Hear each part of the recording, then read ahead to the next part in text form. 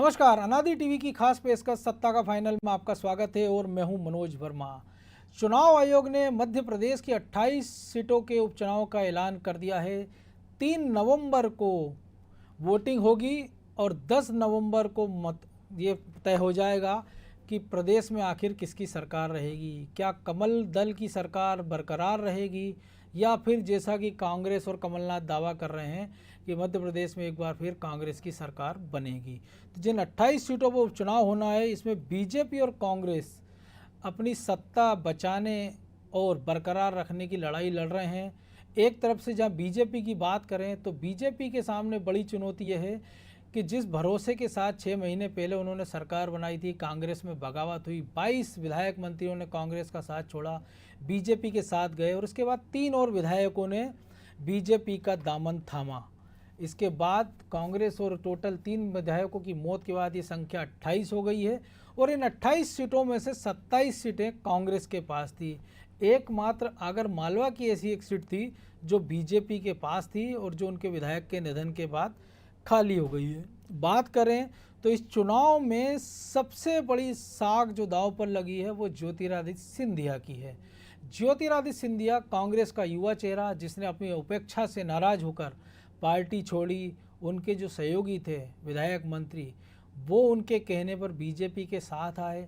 उनमें से 14 को मंत्री बनाया गया। अब इस चुनाव में कांग्रेस की ओर से लगातार कहा जा रहा है कि ग्वालियर चंबल में जो जीत मिली थी वो कांग्रेस के दम पर मिली थी, ज्योतिरादित्य सिंधिया का उसमें कोई योगदान नहीं था।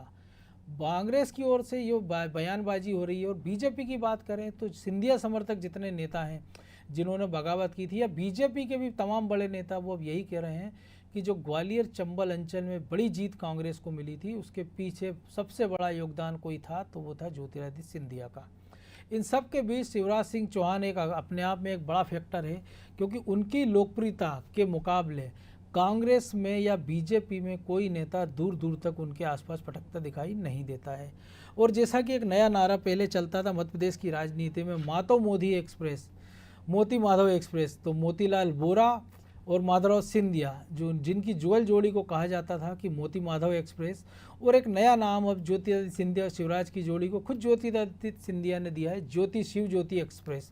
तो शिव ज्योति एक्सप्रेस और कमलनाथ इस जब लड़ाई शुरुआत हो गई है और 10 नवंबर को नतीजे बताएंगे कि आखिर ये दावे हैं जो दोनों पॉलिटिकल पार्टी करें उनका क्या होगा। लेकिन इस पर कांग्रेस और बीजेपी की जो कुछ प्रतिक्रियाएं मिली इस चुनावी रणभेरी को लेकर, पहले हम आपको वो सुनाते हैं। देखिए, अभिनंदन है, स्वागत है। भारत निर्वाचन आयोग ने मध्य प्रदेश के उपचुनावों के लिए जो तिथि घोषित की है 3 नवंबर, यानी विजयादशमी के बाद जब बुराई पर अच्छाई की जीत हुई थी, राक्षसी प्रवृत्तियों का नाश हुआ था और दीपावली के पहले भगवान राम अयोध्या वापस लौटे थे, तो निश्चित तौर पर रामलला विराजमान अयोध्या में भव्य मंदिर की ओर प्रशस्त मार्ग और इसके बीच में ये चुनाव जनता जनार्दन निश्चित तौर पर अपना मार्ग प्रशस्त करेगी और अच्छाई के साथ, धर्म के साथ, विकास के साथ, सुशासन के साथ, जन कल्याण के साथ, शिवराज सिंह चौहान जी के साथ, नरेंद्र मोदी जी के साथ, कमल के फूल के साथ अपना मतदान करेगी और विकास विकास विकास और विकास के लिए तैयार रहेगी। निश्चित तौर पे कोरोना महामारी का समय है और कोरोना की गाइडलाइन और प्रोटोकॉल को लेके चुनाव आयोग ने चुनाव कार्यक्रम घोषित के साथ ही दिशा निर्देश जारी करें। हम उसका पूरा पालन करेंगे। जो नामांकन लेके सीमा तय की गई है, जुलूस को लेके, प्रचार को लेके कितने लोग हो, घर घर जनसंपर्क कितने लोगों के साथ हो, कितने लोगों की जनसभा कर सकते हैं, जितने भी दिशा निर्देश हैं उसका पालन करेंगे। कोरोना महामारी के तहत जनता की सुरक्षा और स्वास्थ्य को देखते हुए ज़्यादा से ज़्यादा अपना वर्चुअल प्रचार करेंगे ताकि जनता के स्वास्थ्य की सुरक्षा भी हो सके, स्वास्थ्य के साथ खिलवाड़ नहीं हो और हम अपनी बात भी जनता तक पहुँचा। तो हमने देखा कि बीजेपी प्रवक्ता रजनीश अग्रवाल जो कुछ कह रहे थे और कांग्रेस के प्रवक्ता ने भी कहा है कि जो कुछ गाइडलाइन है उसका वो स्वागत कर रहे हैं। तो इसी मुद्दे पर हम चर्चा को आगे बढ़ाएंगे। हमारे साथ स्टूडियो से जुड़े हुए हैं अनादि टीवी के एडिटर इन चीफ प्रकाश भटनागर, हमारे ब्यूरो हेड ब्रजेश चौक से, और साथ ही हमारे सहयोगी वैभव गुप्ता भी हमारे साथ जुड़े हुए हैं। सबसे पहले प्रकाश जी आपके पास, सत्ता का फाइनल हम इसको लगातार कह रहे हैं और निश्चित तौर पर ये है भी, और सबसे बड़ी बात है कि 28 सीटों पर जिस पे चुनाव होना है 27 इनमें से पहले कांग्रेस के पास थी, और आगर मालवा सीट की अगर बात करें तो वो इकलौती ऐसी सीट थी जो बीजेपी के पास थी और जो मनोहर ऊंटवाल के निधन के बाद खाली हो गई थी।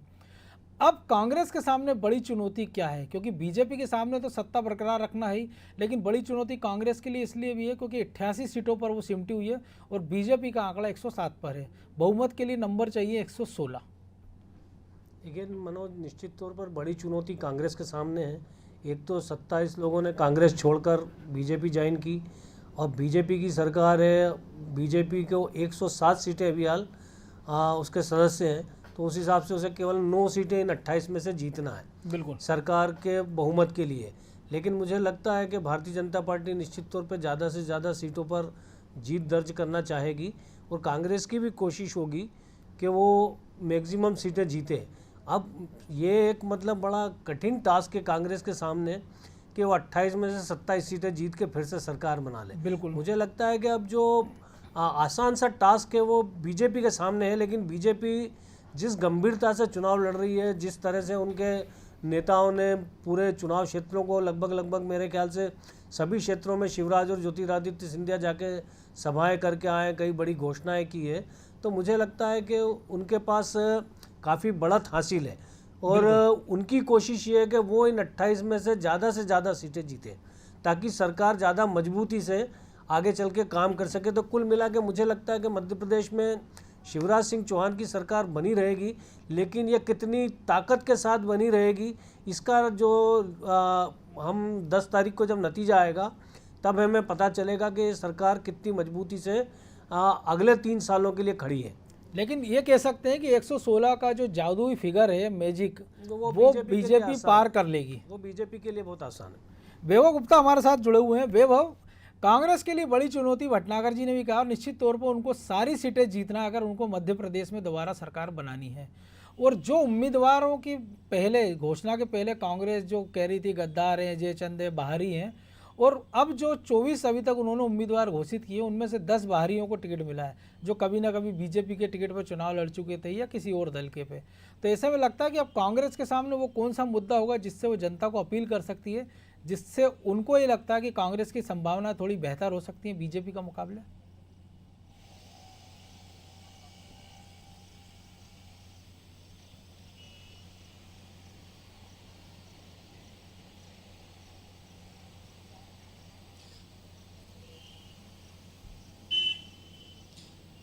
बिल्कुल मनोज जी, बीजेपी के लिए टारगेट आसान है, लेकिन बीजेपी ने तैयारियां और कह सकते हैं कि बीजेपी ने तैयारियां ज़्यादा की हैं कांग्रेस से। वहीं कांग्रेस के सामने मुश्किल टारगेट है, लेकिन कांग्रेस ने तैयारियां बहुत कम की हैं। प्रदेश अध्यक्ष कमलनाथ केवल एक बार ग्वालियर चंबल संभाग में जा पाए, वहाँ भी उन्होंने शक्ति प्रदर्शन किया। 16 सीटें हैं ग्वालियर चंबल संभाग की जिन पर कांग्रेस को फोकस करना था, लेकिन कांग्रेस ने वहाँ फोकस नहीं किया।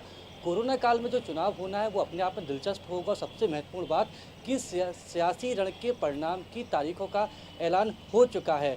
कांग्रेस के पास सेकंड लाइन की लीडरशिप नहीं थी। बिल्कुल, जो हमने देखा कि सत्ता में जो फेरबदल हुआ उसके बाद जो कांग्रेस ने प्रत्याशियों के नामों की घोषणा की 24 सीटों पर, उससे स्पष्ट हुआ कि कांग्रेस के पास सेकंड लाइन की लीडरशिप नहीं थी। 2018 के विधानसभा चुनाव में जो तीसरे नंबर पर प्रत्याशी आए थे, कांग्रेस ने उन्हें ही अपना प्रत्याशी बनाया, चाहे वो बीजेपी से आए हों, चाहे वो बसपा से आए हों, चाहे वो निर्दलीय हों। तो बेहद महत्वपूर्ण है कि जिन कार्य पर अगर आपको खुद अपने कांग्रेस के कार्यकर्ता पर भरोसा नहीं है, अगर आप दूसरे दलों से आए कार्यकर्ताओं पर ज़्यादा उन पर जिम्मेदारी देंगे, अगर ज़्यादा भरोसा जताएंगे, तो फिर कांग्रेस का कार्यकर्ता एक बार फिर से ठगा हुआ महसूस कर रहा है। हम देख रहे हैं कि लगातार उपचुनाव वाले क्षेत्रों से जो अनाड़ी टीवी के संवाददाता रिपोर्ट भेज रहे हैं, वहाँ से यही सामने आ रही है कि कांग्रेस के सामने मुसीबतें ज़्यादा बढ़ रही हैं, क्योंकि कांग्रेस का कार्यकर्ता उन दूसरी पार्टी से आए प्रत्याशी उनका समर्थन नहीं करना चाहता। वहीं बीजेपी के लिए हम देखें तो मुख्यमंत्री शिवराज सिंह चौहान, राज्यसभा सांसद ज्योतिरादित्य सिंधिया, प्रदेश अध्यक्ष वी डी शर्मा और केंद्रीय मंत्री नरेंद्र सिंह तोमर लगातार चुनावी सभाएं कर रहे हैं, लगातार कार्यकर्ताओं से बातचीत कर रहे हैं। वहीं हम कांग्रेस की बात करें तो कमलनाथ अलग थलग नज़र आ रहे हैं। ना तो उनके साथ अजय सिंह नज़र आ रहे हैं, ना दिग्विजय सिंह।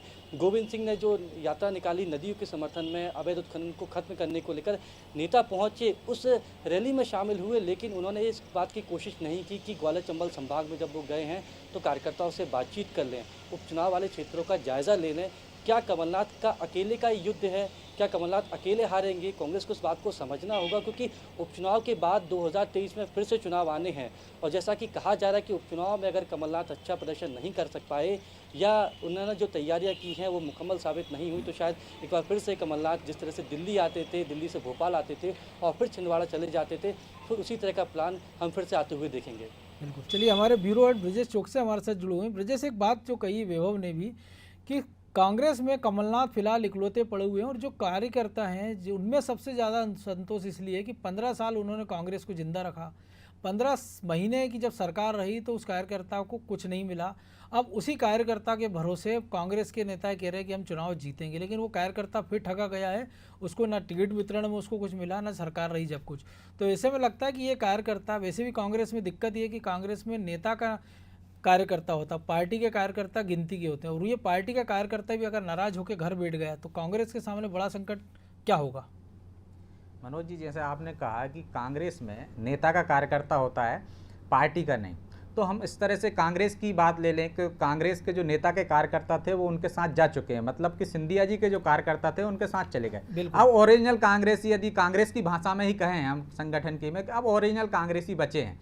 ओरिजिनल कांग्रेसी मतलब जो कांग्रेस को दरी उठाने से लेके यहाँ तक पहुँचाने वाले असल कांग्रेसी हैं। इतने सालों तक वो कांग्रेस की ही सेवा करते आए, लेकिन यहाँ दिक्कत ये हो गई कि कांग्रेसियों पूरी कांग्रेस के लिए मेहनत कर रहे थे और दूसरे आए, हवाई जहाज से आए, दूसरे दलों से आए, जिनको हवाई नेता कहते हैं, और वो टिकट पाके चले गए। तो असल जो कांग्रेसी है उसका नाराज होना जायज़ है, क्योंकि वही ये मानता था कि अब हमारे दिन आए हैं। पहले भी जो नेता से करीबी थे, सिंधिया जी के करीबी थे, उनके विश्वसनीय थे, वो टिकट पा जाते थे, तो उनको लगता था कि हमारे साथ धोखा होता है, हम कांग्रेस के लिए काम कर रहे हैं, असल कार्यकर्ता हैं और अब हमें मौका मिलेगा। यदि हम कांग्रेस की बात करें तो अब उनको मौका नहीं मिला तो उनका नाराज होना स्वाभाविक है। दूसरी बात यह है कि कमलनाथ जी के सामने ज़्यादा दिक्कतें हैं मनोज जी, भाजपा की अपेक्षा। बिल्कुल, भाजपा में संगठन पहले से ही चुनावी मोड में आ चुका था, जबकि कांग्रेस को हम देख रहे हैं कि अभी तक चुनावी रैलियां, चुनावी कार्यक्रम उनके बहुत कम हुए थे। अब चुनाव के दौरे शुरू हुए हैं। आज जैसे आचार संहिता लगी है, आज ही कमलनाथ जी रायसेन जिले में हैं, इससे पहले वो ग्वालियर जरूर गए थे, लेकिन इक्का दुक्का ही उनके कार्यक्रम हुए और उसमें भी सभी नेताओं, जैसे आपने भी बताया, हमने पैकेज में भी दिखाया है कि ना अजय सिंह जी गायब हैं, दिग्विजय सिंह जी गायब हैं, भले ही ये पर्दे के पीछे काम कर रहा हूँ, लेकिन अब कांग्रेस में चेहरा ऐसा कोई नहीं है जिसको आधार पे, जिसे देखकर मतदाता वोट कर सकें। चुनाव में आपने देखे मुद्दे कांग्रेस भले ही ला रही हो, कर्ज माफ़ी का मुद्दा है, जो मुद्दे पुराने थे उन्हीं मुद्दों पर वोट होना है। हमने देखा कई बार चुनाव के दौरान ऐसी कोई बयान आ जाता है या ऐसा कोई मुद्दा आ जाता है जिससे एकदम परिदृश्य बदल जाता है। तो अब असल चुनावी माहौल आपको देखने को मिलेगा आज के बाद। अब तक एक जिज्ञासा रहती, मतदाता भी ये सोचता था कि भाई अभी आचार संहिता नहीं लगी है, चुनाव की तिथियां घोषित नहीं हुई, तो वो भी अपने विचार एकदम से खुल के व्यक्त नहीं कर पाता था, और जो नेता रहते थे वो भी उस तरीके से काम नहीं कर पाते। अब उनको लगेगा कि समय कितना कम है, उस तेजी में कांग्रेस को ज़्यादा काम करने की ज़रूरत है भाजपा की अपेक्षा। बिल्कुल। भटनागर जी, हम चाहेंगे जैसे दर्शकों को आप दो तीन चीज़ें कि अगर चेहरों की बात करें तो एक तरफ ज्योतिरादित्य सिंधिया, शिवराज सिंह चौहान, एक तरफ कमलनाथ, क्योंकि अभी अकेले खड़े हैं दिग्विजय सिंह, और बाकी जब नेता मैदान में उतरेंगे तब देखेंगे। बीजेपी की बात करें और कांग्रेस के नेताओं की बात करें, बीजेपी के जो ज़्यादातर, जिनमें 22 वो लोग हैं जो पिछले लगभग 6 महीने से चुनावी मोर्चे पे डटे हुए हैं, मार्च के बाद जब सरकार गई थी। कांग्रेस के उम्मीदवार अभी घोषणा हुई है और कुछ 4 लोग बाकी हैं। मुद्दे की बात करें तो मुद्दे कौन से इस चुनाव में आपको लगता है कि प्रभावी साबित होने वाले हैं? क्योंकि दोनों दल अभी विकास की भी बात कर रहे हैं, राम जी की भी बात हो रही है, तमाम सारी बातें हो रही है, 15 महीने की भी बात हो रही है, 6 महीने कार्यकाल की बात हो रही है, 15 साल के भी कार्यकाल की हो रही है, लेकिन आज की जो मौजूदा स्थिति, उसमें मुद्दे आपको लग रहे हैं क्या होंगे? देखिए मनोज, आपने जो सबसे पहली बात बोली है कि चेहरे की, जी बिल्कुल, तो मैं अभी लगभग 5-7 विधानसभा क्षेत्रों में घूम के आया हूँ, लोगों से बातचीत की है, और जिन किसानों का कर्ज माफ़ हो गया वो बोलते हैं कि हाँ हमारा कर्ज माफ़ हो गया, लेकिन जब आप उनसे पूछोगे कि अगर आपको कमलनाथ या शिवराज में किसे चयन करना है, तो 85% लोग आज भी जो है शिवराज सिंह चौहान का नाम छूटते से ही बोलते हैं। और आप जब उनसे कहते हैं कि कर्जा आपका कमलनाथ ने माफ़ किया, तो बेहिचक ये जवाब आता है कि शिवराज किसानों की ज़्यादा चिंता करते हैं बनिस्बत कमलनाथ के। तो मुझे लगता है कि एक लोगों का मूड है, जो 15 महीने का जो अंतराल था, उसका फ़ायदा मुझे लगता है कि शिवराज सिंह चौहान के खाते में दर्ज हो रहा है। जिस तरह से वो अपने आप को जनता से कनेक्ट करते हैं, और ये इन 6 महीनों में भी हमने देखा कि कोरोना काल में भी वो लगातार लोगों से मिलते रहे, बात करते रहे। तो मुझे लगता है कि एक तो ये सीधा सीधा बड़ा असर है। दूसरी बात कि कांग्रेस के पास जो बड़ा एसेट्स था ज्योतिरादित्य सिंधिया पिछले चुनाव में, वो अब बीजेपी के पाले में हैं। तो उनका अपना एक आकर्षण है, युवा व्यक्तित्व है, भाषण देने की कला है। तो चेहरों के मामले में भारतीय जनता पार्टी कांग्रेस पे भारी है। रही बात मुद्दों की, तो सबसे बड़ा मुद्दा जो है वो किसान कर्ज माफ़ी का खुद कमलनाथ ने बना दिया। उन्होंने कहा कि 26.5 लाख किसानों के कर्ज माफ़ हुए। अब जिन किसानों के कर्ज माफ़ हुए, उस कर्ज माफ़ी के घालमेल पर हमने कई 2-3 स्टोरीज अनादि टीवी पे चलाई है। बिल्कुल, रियलिटी चेक भी हमने उसका किया। सार ये है कि मतलब उसमें किसान जो है संतुष्ट नहीं है। तो वो एक बड़ा असंतुष्ट है। जिन लोगों का कर्जे के कारण, उन्होंने ये कहते भी हैं लोग कि हमने कर्ज माफ़ी के वादे के कारण ही कांग्रेस को वोट दिया। उसमें कई सारे लोग हमें ये भी कहते मिले कि हम तो भारतीय जनता पार्टी के वोटर थे, लेकिन पिछली बार हमने कांग्रेस को इसलिए वोट दिया क्योंकि उन्होंने 2 लाख रुपए कर्ज माफ़ी का हमसे वादा किया था। और इसलिए जब उन्होंने कर्ज नहीं चुकाया, उसके कारण वो बैंकों के डिफ़ाल्टर हो गए, फसल ऋण बीमा से बाहर हो गए और उन्हें कई तरह की परेशानियों का सामना करना पड़ा। तो वो ये भी कहते हैं कि हमने तो ये कहा नहीं था, मांग की नहीं थी कि आप हमारा कर्ज माफ़ करो। आपने 10 दिन में कर्ज माफ़ी का वादा किया था, 15 महीने में भी नहीं किया। तो निश्चित तौर पे एक बड़ा मुद्दा जो है इस चुनाव के अंदर, जो 28 सीटों के उपचुनाव है, इसमें कर्ज माफ़ी होगा, जिसमें अभी भी कांग्रेस कह रही है कि हम सत्ता में आ गए तो फिर से कर्जा माफ़ कर देंगे। तो कई सारे किसान हमें ऐसे भी मिले जी, जिन्हें लगता है कि कांग्रेस यदि फिर से सत्ता में आई तो उनका कर्जा माफ़ कर देगी। बिल्कुल। तो एक ये चीज़ अभी भी मौजूद है। इसके अलावा लगातार शिवराज सिंह चौहान ने भी इन 6 महीनों में किसानों पर फोकस किया। 2 बार बीमे की राशि, फसल बीमा की राशि सरकार ने जमा कराई, किसानों के खाते में पैसा गया। इसके अलावा 4,000 रुपया एक्स्ट्रा शायद और किसानों के सीधे खाते में बिल्कुल, गया। आज कैबिनेट तो ने मुझे मंजूरी लगा भी दे कि दी है। फोकस में जो है जी, वो किसान है इस समय। वैभव, किसान फोकस में है। कांग्रेस किसान कर्ज माफ़ी के लगातार बात करती रही है, लेकिन अब जिस प्रकार से प्रचार शुरू हुआ है कि कमलनाथ अभी 2 या 3 सीटों तक ही पहुंचे और आज रायसेन में है, इसके बाद ग्वालियर वो गए थे और हमने देखा था कि वो बदनावर गए थे। अकेले वो मोर्चा लड़ा रहे हैं, और अकेले इसलिए भी क्योंकि जो टिकट बटे हैं वो उनकी पसंद के हैं। कहा ही जा रहा है कि उन्होंने 4-4 सर्वे करवाए, उस पर जो जीतने की कसौटी पर खरा उतरा उसको टिकट दिए। यही सर्वे उन्होंने 2018 में भी कराए थे, और उन्हीं के चुने हुए 22 लोग बीजेपी के साथ चले गए, जिससे उनकी सरकार चली गई।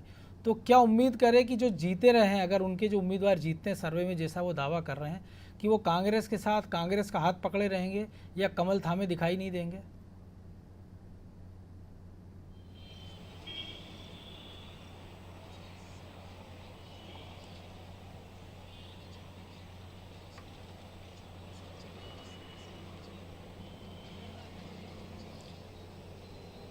मनोज जी, पहला सवाल तो मुख्यमंत्री शिवराज सिंह चौहान जन नेता हैं और पूर्व मुख्यमंत्री कमलनाथ एक कॉरपोरेट नेता हैं, क्योंकि पिछले 15 महीने का जो कार्यकाल था प्रदेश अध्यक्ष कमलनाथ का, उस दौरान हमने देखा कि खुद उनके ही सरकार के मंत्री, उनके ही विधायक और उनके ही वरिष्ठ नेता आरोप लगाते थे कि मुख्यमंत्री कमलनाथ मिलने का वक्त नहीं देते हैं। जब ऐसे में उन्हीं के मंत्री, उन्हीं के विधायक उन्हीं पर आरोप लगा रहे हैं, तो शायद बीजेपी को आरोप लगाने से पहले सारे ही जवाब मिल जाते हैं। जो दूसरा आपका सवाल था कि क्या जो सीटों पर जो सर्वे कराए गए हैं, 4 बार सर्वे इस बार प्रदेश अध्यक्ष कमलनाथ ने करवाए हैं। इससे पहले साल 2018 के विधानसभा चुनाव में 3 सर्वे कराए गए थे। हालांकि कमलनाथ कहते हैं कि बीजेपी से जनता नाराज़ थी, बीजेपी से जनता मुख्यमंत्री शिवराज सिंह चौहान से नाराज़ थी। ऐसा नहीं था। अगर ऐसा होता तो 106 सीटें बीजेपी को कभी नहीं मिलती। 107। मुख्यमंत्री शिवराज सिंह चौहान से जनता कभी नाराज़ नहीं हुई। हालांकि जो सीटों पर नाम तय किए गए थे, उससे कहीं ना कहीं थोड़ी सी गफलत हो गई, और जिससे बीजेपी चौथी बार सत्ता नहीं बना पाई। उसके बाद भी मुख्यमंत्री शिवराज सिंह चौहान चाहते तो सत्ता बना सकते थे मध्य प्रदेश में, लेकिन उन्होंने कहा कि जनता ने जिसे मैंडेट दिया है उसको सरकार बनाना चाहिए। तो 15 महीने उन्हीं की सरकार चलती रही, और जब सरकार गिरी भी है तो प्रदेश अध्यक्ष कमलनाथ से ही नाराज़ थे लोग। चाहे सिंधिया की बात की जाए, चाहे सिंधिया समर्थकों की बात की जाए, तो बीजेपी ने बहुत कुछ नहीं किया। जो किया प्रदेश अध्यक्ष कमलनाथ ने किया। राहुल गांधी तक बातें सारी पहुंचती रहीं, सोनिया गांधी तक बातें पूरी पहुंचती रहीं, लेकिन हम कहते हैं कि जिस तरीके से लेट लतीफ़ी होती है, अन्य राज्यों में भी सरकार गई है, वही सच से ही सरकार मध्य प्रदेश में भी कांग्रेस की गई थी। तो आपको लग रहा है कि जो किसान कर्ज माफ़ी का ढिंढोरा कांग्रेस पीट रही थी और जिसको अभी वो कह रहे हैं कि बीजेपी ने उसमें मोहर लगा दी है, तो इसी एक मुद्दे को लेकर कांग्रेस दमदारी से जनता के बीच जाएगी और ये वादा करेगी कि हमने किसान कर्ज माफ़ी की है और दोबारा सरकार बनी तो कर्ज माफ़ी की प्रक्रिया शुरू करेंगे। लेकिन इसके साथ ही कई सारे जवाब भी उनको देना पड़ेंगे। खासतौर से बेरोजगारी की बात कांग्रेस कर रही है, लेकिन जो बेरोजगारी भत्ता मिलना था वो अभी एक भी युवा को नहीं मिला, बल्कि उल्टे उसको ढोर चराने, बैंड बजाने की ट्रेनिंग जैसी हास्यास्पद वादे की गई थी।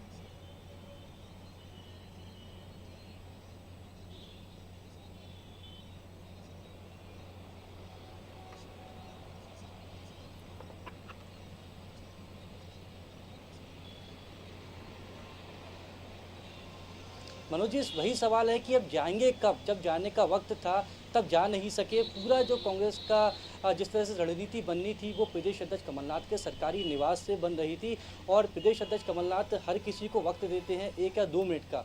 2 महीने में 2 मिनट के वक्त में कोई कार्यकर्ता अपनी बात नहीं कह सकता, और ऐसे में जब वक्त बीतता जा रहा है, 16 सीटें हैं ग्वालियर चंबल संभाग की जिस पर कांग्रेस को फोकस करना चाहिए था, लेकिन दौरा बना, एआईसीसी की मीटिंग आ गई, कमलनाथ मीटिंग में शामिल होने के लिए दिल्ली चले गए, उसके बाद फिर से दौरा हुआ, 2 दिन का दौरा होता है, दौरा शाम को समाप्त होता है और शाम को ही प्रदेश अध्यक्ष कमलनाथ दिल्ली चले जाते हैं। उसके बाद सूची भी आ जाती है। तो जब जाना था कमलनाथ के साथ ही जो दूसरे नेताओं को, क्योंकि हमेशा कांग्रेस पर मनोज जी आरोप लगते हैं कि यहाँ गुटबाजी होती है, कांग्रेस के वरिष्ठ नेता कार्यकर्ता की बात नहीं अपने समर्थकों की बात सुनते हैं, और यही कारण है जो हम देख रहे हैं कि प्रदेश अध्यक्ष कमलनाथ अकेले बीजेपी से लड़ रहे हैं, जहां बीजेपी के पास बहुत सारे नेता हैं, जन नेता हैं, और अब तो सिंधिया खुद बीजेपी के साथ जुड़ गए हैं जो कि कांग्रेस पर आरोप लगा रहे हैं। वहीं हम अगर कांग्रेस चाहते तो दिग्विजय सिंह थे, विवेक तनखा थे, गोविंद सिंह थे, बहुत सारे बड़े चेहरे इनके पास हैं। अगर ये एक साथ कहीं जाते तो जनता को, नाराज़ कार्यकर्ताओं को मना सकते थे, लेकिन ऐसा लड़ रहा है कि ये जो युद्ध है, जो उपचुनाव 28 विधानसभा चुनाव का युद्ध है, उसमें कांग्रेस की ओर से अकेले कमलनाथ ही लड़ रहे हैं। बिल्कुल अकेले लड़ रहे हैं। ब्रजेश जी, जो बात कही वैभव ने भी कि जो नेता अपने कार्यकर्ता या मंत्रियों को या विधायकों को 2 मिनट का समय देता रहा हो तो उसको लगता है कि जनता दूसरा मौका देगी, या वो किस मुंह से जनता के बीच कहेगा कि आप मुझे चुनाव जिताइए, मैं मुख्यमंत्री बनने के बाद ये कर दूंगा। क्योंकि 15 महीने का कार्यकाल देख लिया, 15 महीने का जब सरकार गिरी तो 6 महीने में हर एक जो कांग्रेस का वो विधायक या मंत्री जो पार्टी छोड़कर गया वो बता रहा है कि कैबिनेट की मीटिंग में उनके साथ क्या होता था, ऑफिस वो कामकाज से जाते थे क्षेत्र के तो उनके साथ क्या व्यवहार होता था। ऐसे में जनता उनकी बात भरोसा क्यों करेगी? मनोज जी, जैसा कि आपने कहा कि जनता उन पर भरोसा, पहली बात मैं आपको बता दूं कि 15 माह में भी कमलनाथ जी स्वीकार्य नेता नहीं बन पाए, पूरे प्रदेश स्तर के नेता नहीं बन पाए। वो तब भी क्षेत्रीय नेता थे जबकि उनके पास मौका था, प्रदेश अध्यक्ष रहे, वो मुख्यमंत्री रहे और अभी भी प्रदेश अध्यक्ष हैं, नेता प्रतिपक्ष हैं। तब भी आज आप देखेंगे पूरे मध्य प्रदेश में उनकी पहचान नहीं है। पिछली बार जो मैंने विधानसभा चुनाव में भी दौरा किया था तब भी कोई कमलनाथ के नाम पे वोट नहीं दिया था लोगों ने। जैसा कि वैभव ने भी बताया है कि शिवराज जी के खिलाफ नाराजगी किसी की नहीं थी। किसान 2 लाख के कर्ज के बहकावे में आ जरूर गए थे, वो उसको मान रहे, इसके बावजूद भी वो चाहते थे कि मुख्यमंत्री शिवराज सिंह चौहान ही बने। वो तो बहुत कम अंतर से कांग्रेस की सरकार बन गई है, और उसमें भी बहुत बड़ा रीजन रहा है कि जो भाजपा के विधायक थे, मंत्री थे, उनसे नाराजगी थी। हम कई क्षेत्रों में गए तो लोगों ने कहा साहब शिवराज जी तो मुख्यमंत्री बन ही रहे हैं, हमारा विधायक हमारी नहीं सुनता है, या उसके प्रति जो नाराजगी थी, ये विधायक नहीं भी जीतेगा तब भी शिवराज जी सीएम बनेंगे।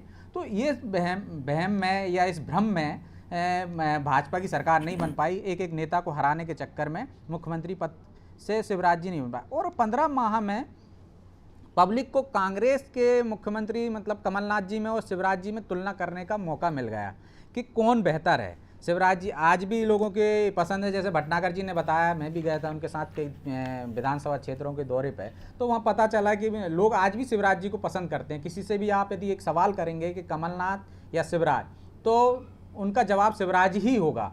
कमलनाथ जी को अभी तक मतलब क्षेत्रीय लोग पहचान नहीं पाए। यदि आप रायसेन चले जाएंगे तो कमलनाथ जी को वहाँ कांग्रेस के नेता के रूप में कोई नहीं जानता। वहाँ पे सुरेश पचौरी जी या फिर ज्योतिरादित्य सिंधिया ही अब तक जो भी निर्णय कांग्रेस में करते रहे हैं वही करते हैं। यदि आप ग्वालियर की बात करेंगे तो ग्वालियर में कमलनाथ जी कब गए इससे पहले, तो कमलनाथ जी को वहाँ का कांग्रेस का कार्यकर्ता सिर्फ एक नेता है, उनके नाम पब्लिक में उनकी कोई मास अपील नहीं है, पब्लिक उनको पहचानती नहीं है। कांग्रेस के कार्यकर्ता तक उनको नहीं जानते हैं, पहली बार मिल रहे होंगे, या कार्यकर्ताओं को वो नहीं जानते हैं, कुछ नेताओं को छोड़ दिया जाए। जबकि ज्योतिरादित्य सिंधिया को अब तक कांग्रेस वहाँ पे कोई नाम की चीज़ थी तो वो ज्योतिरादित्य सिंधिया के नाम से ही कांग्रेस को जानते थे। बिल्कुल। उस जगह पे अब आप कैसे उम्मीद कर सकते हो कि कमलनाथ जी के चेहरे के नाम पे या कमलनाथ जी के नाम पर जनता वोट दे देगी। सिर्फ एक ही मुद्दा है अभी जो कांग्रेस के फेवर में थोड़ा सा जा सकता है, वो कर्ज माफी का, लेकिन वो भी उल्टा पड़ता दिख रहा है। वो इसलिए कि कमलनाथ जी की स्वीकार्यता नहीं हो पाई है, और कांग्रेस के लोग ही जब उन्हीं के मंत्री कह रहे हैं, जो पूर्व मंत्री हैं और अब भी मंत्री हैं क्षेत्र में, गए कि हमें ही टाइम नहीं मिलता था, और कार्यकर्ताओं से मिलने का ऐसा कोई कार्यक्रम ही कांग्रेस ने 15 माह में निर्धारित नहीं रखा, कि जैसे कि पार्टी कार्यालय में यदि मंत्री बैठने का निर्णय भी हुआ था उस पर भी अमल नहीं हुआ। मुख्यमंत्री ने कोई जनता दरबार नहीं लगाया, पूरे प्रदेश में कोई दौरे नहीं किए, कि जो एक वो उनको सर्वमान्य या सब स्वीकार्यता नेता के रूप में पहचान मिल सकती थी, वो समय वो खो चुके हैं, और उसका यहाँ पे उनको नुकसान उठाना पड़ सकता है। बिल्कुल। भटनागर जी, अगर बात करें 3 बड़े नेताओं की, तो शिवराज सिंह चौहान मुख्यमंत्री हैं, चुनाव अगर वो जीतते हैं तो मुख्यमंत्री कंटिन्यू रहेंगे। ज्योतिरादित्य सिंधिया सबको पता राज्यसभा सांसद हो गए और आगे पीछे वो केंद्र में मंत्री बनेंगे एनडीए सरकार में। कमलनाथ प्रदेश अध्यक्ष भी हैं और नेता प्रतिपक्ष भी हैं। तो अगर चुनाव जीतती है कांग्रेस तो कमलनाथ मुख्यमंत्री बनेंगे, लेकिन अगर, जो कि संभावना कम है क्योंकि 28 की 28 सीटें जीतना है, तो शिवराज सिंह तो मुख्यमंत्री बने रहेंगे, केंद्रीय मंत्री हो जाएंगे। कमलनाथ का सियासी भविष्य फिर मध्य प्रदेश की राजनीति में आपको क्या दिखता है? देखिए, मुझे लगता है कि कमलनाथ शायद मुख्यमंत्री पद से इस्तीफा देने के बाद ही मनोज दिल्ली लौट जाते, लेकिन चूंकि उपचुनाव होना था और उपचुनाव के अंदर उनको लगता है कि शायद उन्हें कोई सहानुभूति जनता की मिलेगी, या जनता जो है मतलब उन जैसा वो दावा करते रहे, तो मुझे लगता है कमलनाथ केवल इसलिए प्रदेश अध्यक्ष के पद में भी मौजूद हैं और नेता प्रतिपक्ष के तौर पे भी मौजूद है, ताकि किसी और तरीके का विवाद कांग्रेस में पैदा ना हो। और मुझे लगता है कि जब ये चुनाव के बाद डिसाइड हो जाएगा कि अगर मध्य प्रदेश में कांग्रेस की सरकार बन रही है तो कमलनाथ मुख्यमंत्री बनेंगे ही सही, लेकिन जिसकी बहुत कम संभावना है। और शिवराज सिंह चौहान यदि अब मुख्यमंत्री बने रहते हैं तो मुझे लगता है कि फिर कांग्रेस में परिवर्तन की स्थिति बनेगी। कांग्रेस के अंदर वैसे भी इस समय जो वर्चस्व है वो बुजुर्ग नेताओं का है, और एक युवा पीढ़ी का इंतजार कांग्रेस को वाकई में है। कांग्रेस के अंदर नेतृत्व में बदलाव अगर होगा तो हमें उम्मीद करना चाहिए कि भविष्य में कांग्रेस शायद फिर से मध्य प्रदेश में खड़ी होने की कोशिश करे।